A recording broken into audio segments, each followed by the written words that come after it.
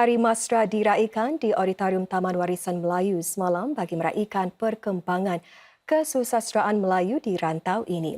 Dalam ucapannya, Pengerusi Majlis Bahasa Melayu Singapura, Zulkarnain Abdul Rahim menekankan pentingnya sastra dan budaya terus diperkasa untuk generasi akan datang.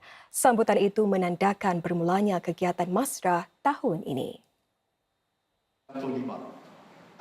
Hari Masra tahun ini disambut dengan temanya Kesusasteraan Memimpin, Kebudayaan Terjamin. Tema ini, kata Pengerusi Majlis Bahasa Melayu Singapura Zulkarnain Abdul Rahim, bukan sekadar meraikan karya dan kata-kata tetapi turut mencerminkan peri pentingnya bahasa dan sastra sebagai antara tunjang sesebuah tamadun. Sastra dan budaya jugalah, kata Encik Zulkarnain, perlu bergerak seiring demi memastikan identiti serta nilai-nilai yang diwarisi masyarakat Melayu terus terpelihara. Kesusasteraan dan kebudayaan bukan dua perkara yang berasingan. Tanpa kesusasteraan, kebudayaan akan timpang. Tanpa kebudayaan, pastilah kesusasteraan menjadi pincang. Kedua-duanya harus memimpin arah tuju masyarakat dan menjamin kelangsungan identiti serta nilai-nilai yang kita warisi bersama. Inilah yang menjadi pegangan MBMS.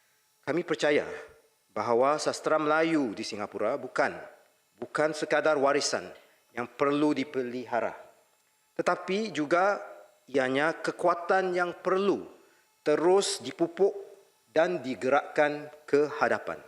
Majlis ini turut menyaksikan pelantikan 10 sahabat sastra baharu yang akan menyumbang kepakaran dan tenaga dalam acara-acara kesusasteraan.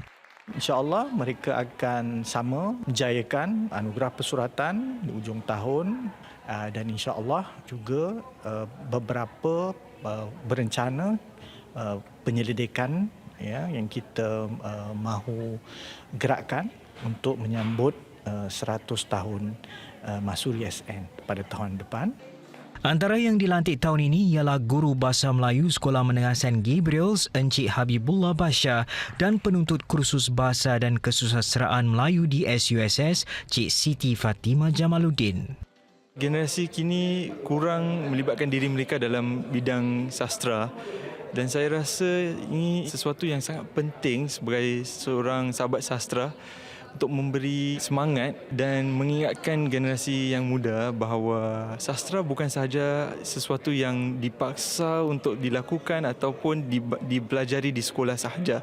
Saya harap saya dapat mengendalikan keyakinan kepada belia-belia agar mereka dapat berasa yakin untuk menikmati kesusasteraan, kerana sastra ni bukan dari dalam segi teks sahaja. Sastra ni ada dalam diri kita. Jumlah individu yang dilantik kali ini lebih tinggi berbanding pelantikan sebelumnya pada 2024. Tiada pelantikan diadakan ketika Singapura menjadi tuan rumah Masra pada tahun lalu.